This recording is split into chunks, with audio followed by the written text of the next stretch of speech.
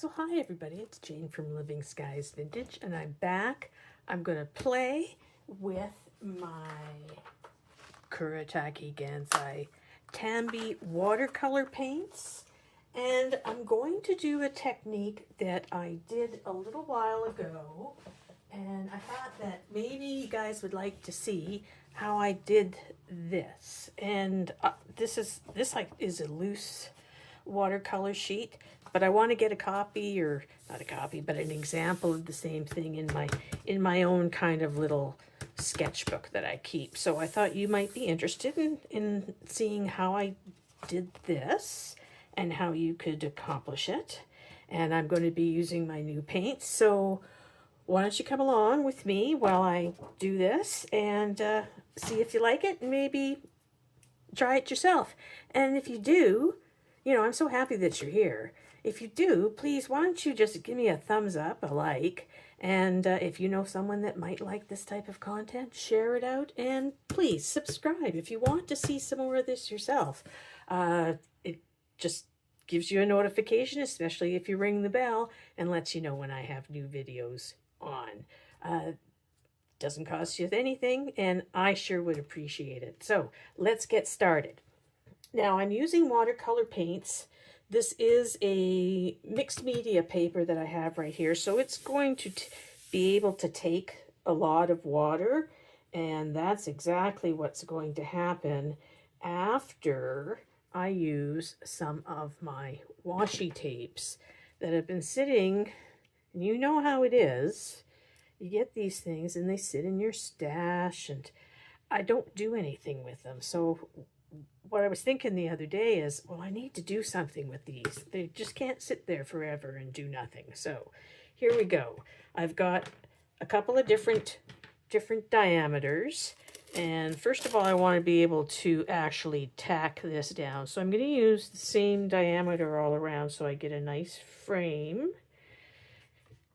And I am attaching it to my board underneath. This is the great thing about washi. If it isn't in the right place to start, you can always do it again. Oops, and there's my color chart that I'm going to have referenced in front of me for when I want to do some of the paints, because they are difficult to see in the tray as to what their actual color are, especially the blues. They're all really dark. Now, I'm just going to take this and do that so I get the same edge here. And this sometimes will come up, but then what I'll do is I'll take an overlapping one. I want to use up my washi anyways. And then just tack it down to the board underneath to keep it in place for a little while. So not only am I creating an edge, I'm tacking it down. I'm going to do the same thing down at the bottom here. Maybe you can't see me quite at the bottom, my hands.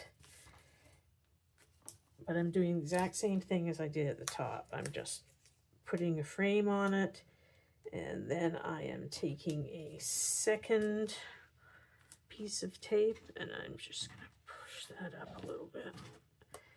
Maybe fold that flap there. That'll make it a little bit easier to play. That. Here we go. Lie that down, and then we'll do the same thing along this side. Now these might come off a little bit or lift up. Just stick them back down again. Not a big deal. As I said, I'm just trying to create a frame, and then trying to create also some stability in this piece of paper, so that's not moving all around.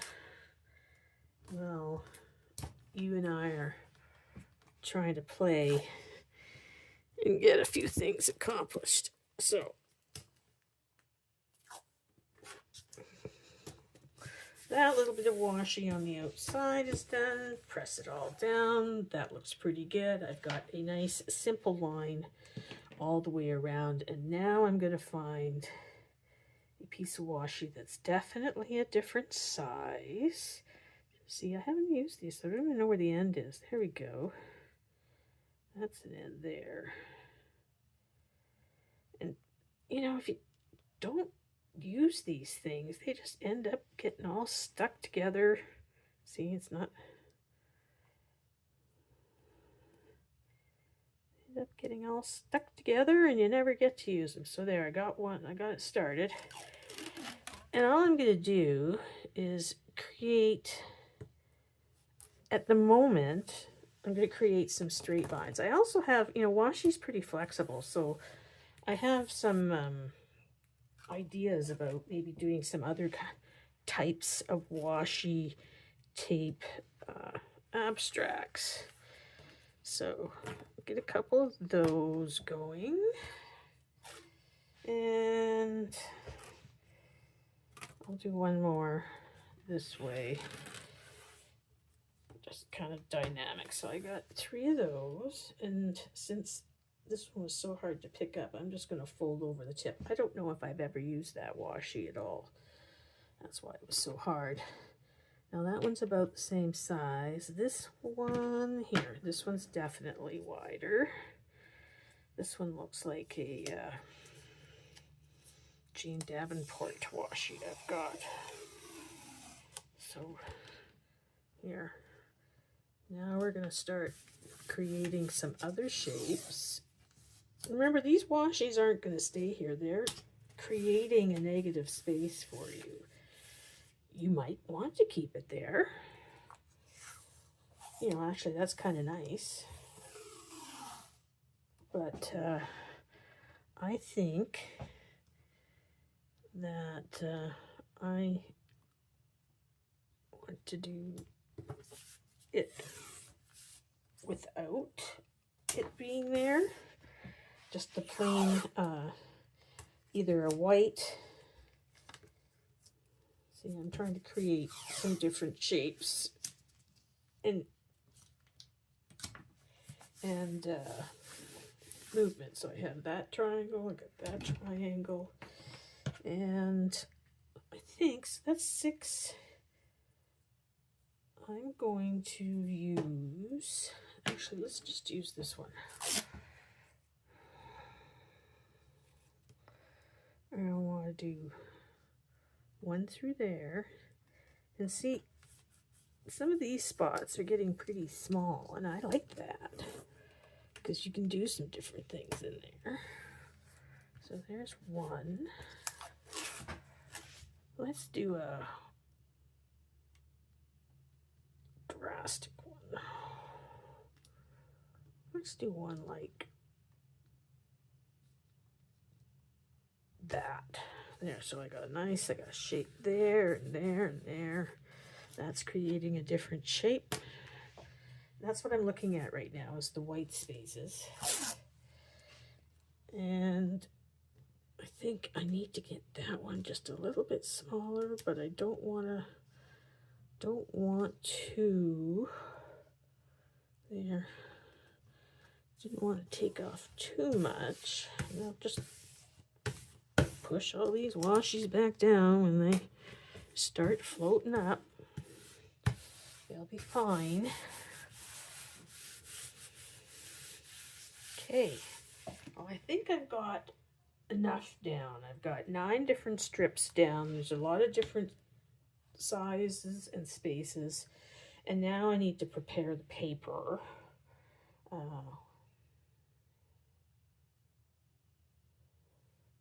Now I need to prepare the paper. Sorry. I was just counting how many strips I had put down on my original, and it was 9, because I think I used 3 of each. Just odd numbers are always good, so 3 times 3 is a good number in this type of thing.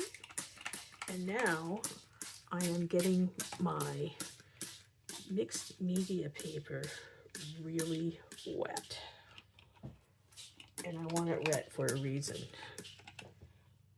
I'm going to be adding my watercolors to it. And, oops.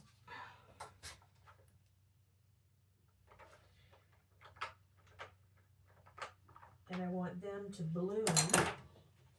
Ding dong. I want them to bloom on this paper in the water spots that you can probably see puddling on there. And what's under the tape is actually going to stay clean. So let me just make sure I got lots of water on there. And I'm going to give my palette a little spritz too, because it doesn't hurt to have these a little wet to get started. Not too wet, but a little wet. Now, my brush, I'm going to take this is my biggest brush that I have at the moment. It's 3/4 inch. And I want to lay some color down. Oh, you know what I forgot? I forgot my cup of water. I'll be right back. Okay, I'm back. Brought my cup of water up here. It's a nice big one. And I'm going to make sure that my brush is loaded with a fair amount of water. At least this is how I do it. And I want to try some different things. So first of all, because of that, I want to put down some of my lighter colors that I have that are within my palette. So I'm going to try some lilac. That probably doesn't stand out very much, but it may in the end. And then I have, what I also have beside me is, and some of you will shudder, but I have just a plate that I like to kind of mix colors on, going from one color to another, and it also helps me remove some of the paint before I stick it all back in my water. So that has a lot of very opaque, creamy stuff in it, and I think that this cherry blossom pink is very much the same. So I think I'm going to kind of put maybe some of that really close by. That's a little more outstanding. Sometimes the white acts really differently when you do a watercolor, because it just does. It doesn't act like, you never use white in a watercolor to make your colors lighter. You use more water. To make it darker, you would use less water, make the color more intense. So let's keep going with some of these lighter colors. I'm kind of liking some of these.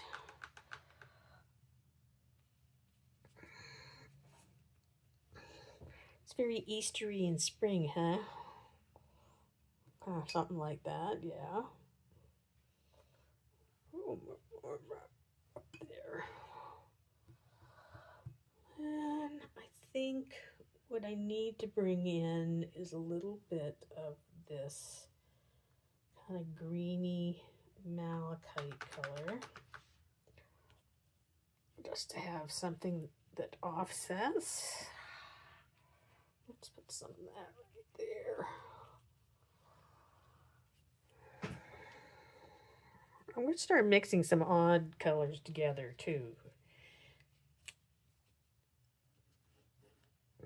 Just set that down. For washi tape, I'm trying to keep most of the paint out from underneath the washi tape. So let me see. A hooker's green.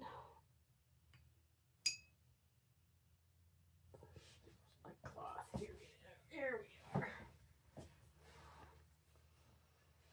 I want to bring in a darker color. I think maybe the forest green would be nice. And that is this one. I have to look at my chart to see where my paints are. There. Something a little tense there. On top of the lilac even. See how that kind of blooms a little bit? I can give it a little bit of a squirt to encourage that. A little bit more of that color, I think, needs to be present. I'm going to intensify down here.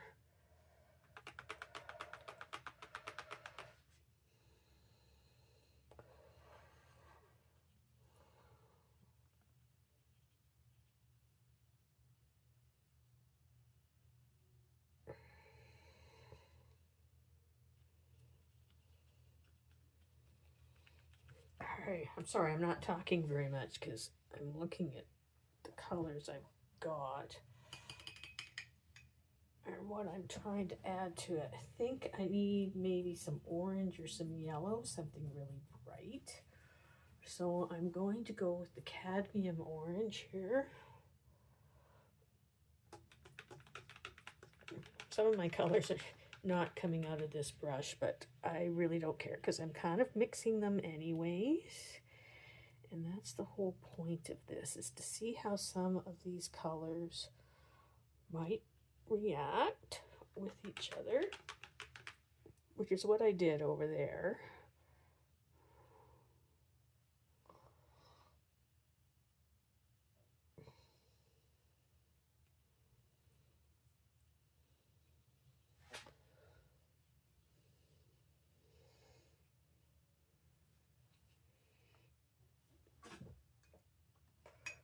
I think right now I want to put a red in here while it's still pretty wet on some spots. Now, which red do I want? I think I'm going to put in red, which is, everything else is called something else, but this one's just called red. So let's see.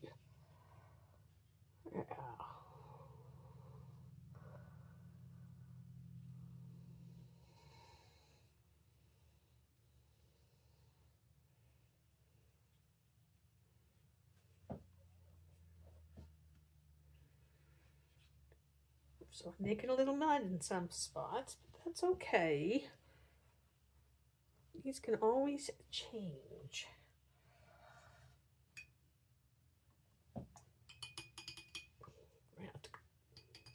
This paint, you really don't need this big of a brush. I probably should have gone for a smaller brush when I'm picking up the paint. What do I need on top of that?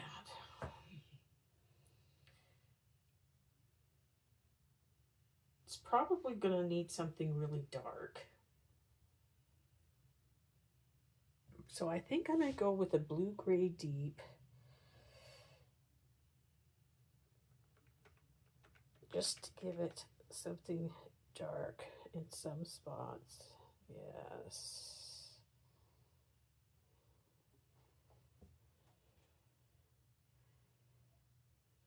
This is fun.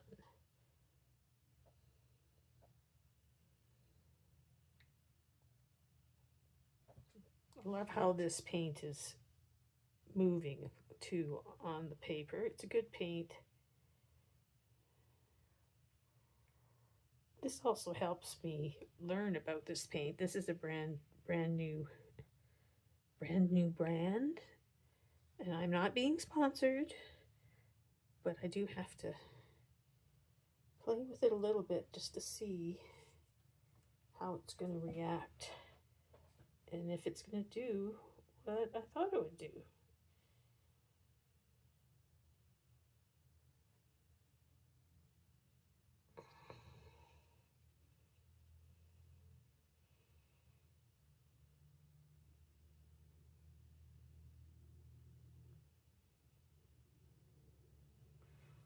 My pale blues maybe disappeared in all of that, but my pink is still there.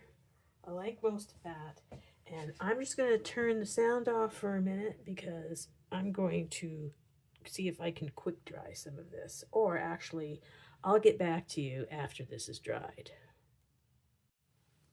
Okay, so we're back.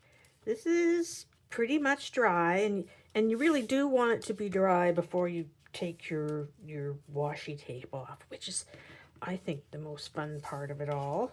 So, and of course you always got to try and take it off opposite to what you put it on. So I think, yeah, this one here was a top tape, because I put these pink ones on, the polka dot ones on last. Look at that. Look at the nice crisp line that you can get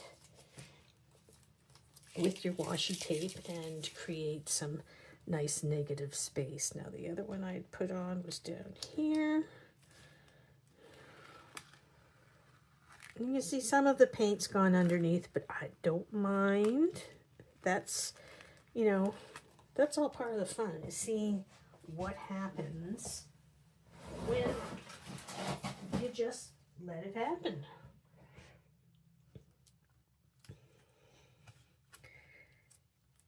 Skill is kind of just remembering how to do it. Especially when I just kind of started doing this as play one afternoon. And yeah, that's how it turned out. Now I guess it was the bigger faces that I had on next. Now I might keep these tapes, even though they have some paint on them, because they have, I like how that's kind of turned out, and I might just use that in, I have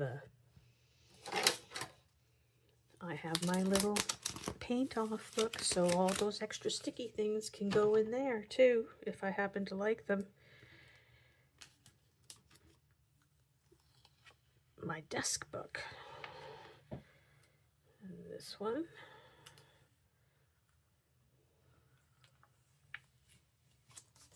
The washi tape works pretty good for keeping the paint out. You know, there's a few spots. Hey, but I'm not going to blame the washi tape for that. It's more my problem, not it. Now, I think sometimes when you have a lot of them, like here, like I had 1, 2, 3 in this one corner, that kind of contributes to the sloppiness, because it gets in under one and over another and yada yada yada. Anyways, so I'm keeping these face ones aside, and I think I might just glue them randomly in my book over here. Now, you guys see, now that wasn't the last one. It's underneath that. This was, I think this was the last one. You guys all know that washi tape isn't permanent, so if you want to keep it in a book or something, a journal or on a card, in a permanent basis, you should also add a little bit of glue to it. And that's what I'll probably do with those guys over there. Now it was this one.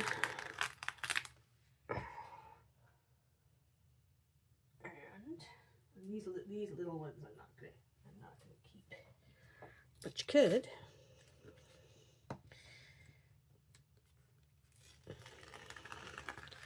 Oop. And I'm sticking my finger in the paint here. Hold on.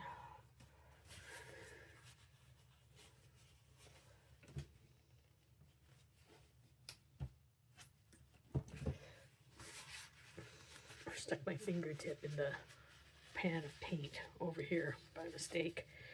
Now see, that little bit of washi tape got a little too wet maybe, and now wants to stay. So I'm just going to pull it from the other end, and I'll let that piece of paper just kind of hang out there. Whoops, no problem. No problem. So I've got a nice basis there to decide if I want to do a few other things. And this, so after that, you can see there's a couple of wet spots here. I'm just gonna dab them before we go any further, so that we're not pulling this paint any further than we already have.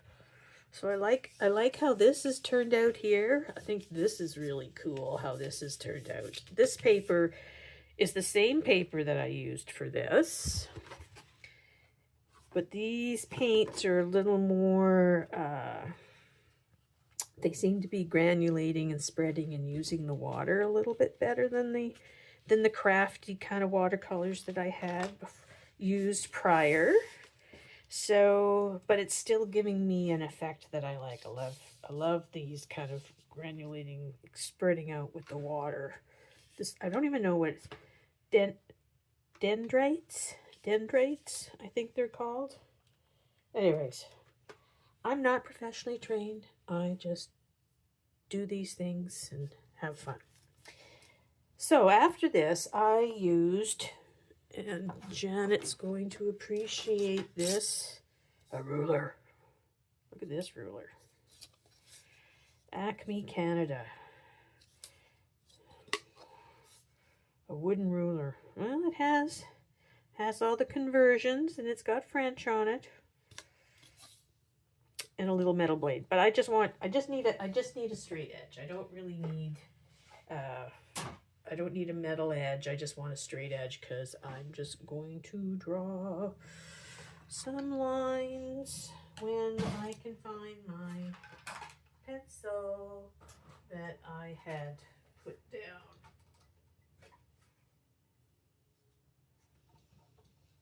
There it is. You know, I know it's never far. It's just sometimes, you know, I got a black desk and I find that I lose black things on my desk. Do you ever have that problem?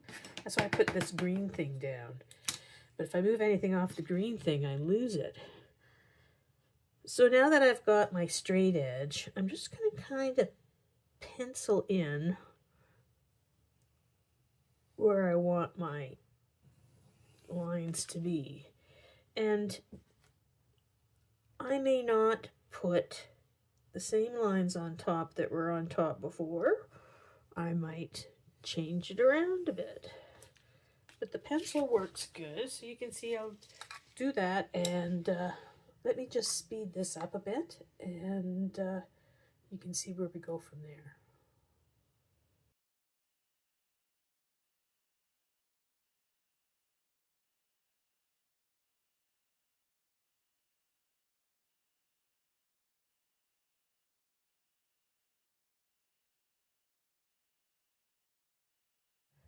So there we go. I got all the outlining done, and as you can see, some of the ribbons go over where they used to go under, etc., etc. So once you have your tape down, you can make them do whatever you want. Twist and turn. None of them were exactly perfectly straight, but now that I've decided and where I want these, I'm now going to paint these in, and I am going to do it with not so much of a wet, because I don't want to disturb what's behind here, but I am going to use a fairly wet brush, so I can maybe just do some basic color on them to get started, and we'll see where that goes. So let's get going. Oh, there's my water. Got some fresh water while I was out too. So on my example that I had, you can see I've got quite a few different colors that I'm using, a little different than what I have in the back. So I think for this, it doesn't seem like there's a lot of greens. So I'm going to use some greens and greeny blues and maybe some purples in these bands. And I've got some beautiful purples to use. Some really nice imperial violet and the cobalt violet, which I think I'm going to go with that one first.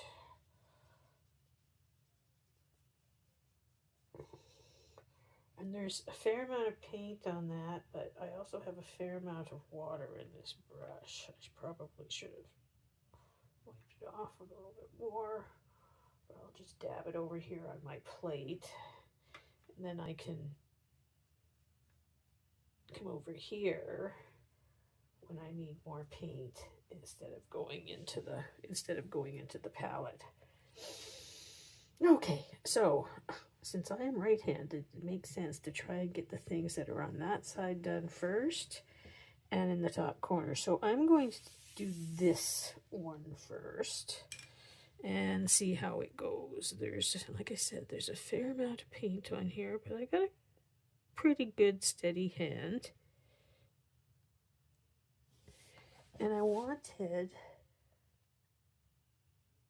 this small tape to be over top of it. So I don't care too much up there what's going on, but I do care a little more about this edge.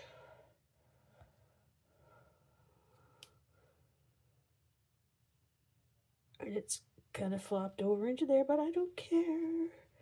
I don't care.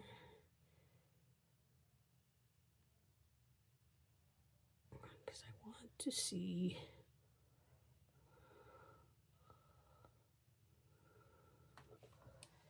So that's one. I probably should have used a smaller brush, actually. And I'm going to switch to a smaller brush right away. Get rid of this little bit of paint. And I'm going to see my paint off book. Now I'm going to take a little page out of there. I know I've got some purple here. Let's just do a little bit of that. I'm not wasting that paint then. Putting in my water, and I'll just set that aside. That'll dry probably pretty fast. I'm just gonna do that. Get rid of that. Where's my cloth? There it is. Grab that. And we'll switch to this brush instead. And I'll pick the paint up off the plate that I had put over there with that huge brush. This brush doesn't have as much water in it at the moment. I need obviously more.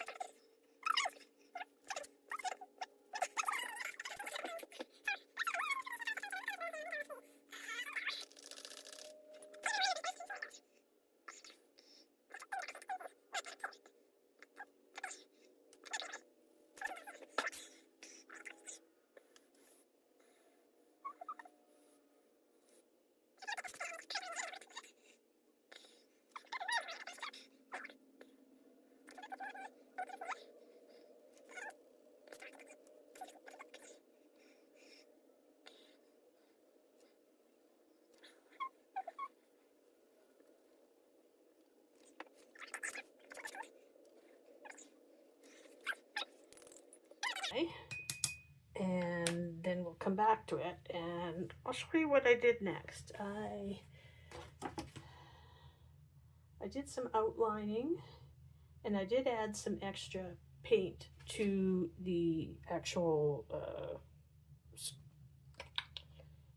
shapes to make them more prominent. So I may or may not do that. These colors were much more blended than these ones have been. So I might just leave that the way it is. It kind of looks like a wild galaxy, something going on behind something. So let's see what this turns out once it's all dry, and we'll go from there. Okay, get back to you. So hi everybody, it's Jane from Living Skies Vintage, and I am back. So this is all dried now. I'm not too sure if I really like the way just the color palette has turned out in this. The paints that I used, you know, I'm just learning them, and I really love this that's happening in here, which I wasn't getting with my other watercolor paints. These paints are really intense. The Kuretake Gansai Tambi paints. They're very intense. I don't need to use a lot of the actual paint in order to get color down. That's where I kind of went maybe a little wrong in some of these that are just a little too intense to start with as a watercolor, but I'm enjoying playing with this, and I think what I'm going to do is, instead of adding more watercolor, well, I might tone out a few of these larger spaces. See how this is more yellow, kind of with that, and this is more overall red. I might maybe spread that out a little bit, maybe keep this more green, this section more yellow, and then I'm going to maybe do some pencil work and some outlining on it. So I'll show you this again when it's all done, but I do want to encourage you to just play with your stuff when you get it. Like, this may not have turned out exactly what I wanted, but I'm having fun. I'm learning about my new paints, and I can make it different. I can do lots of different things with this yet. I can even cut it up into little pieces and paste it in another book. So it never goes to waste. So please enjoy yourselves, have fun, and just create. We'll see you again. If you like this video, please give me a thumbs up. Please share it out to your friends, and please subscribe. Ring that bell and you'll know every time I post a new video. Thanks again, and we'll see you again soon. Bye now.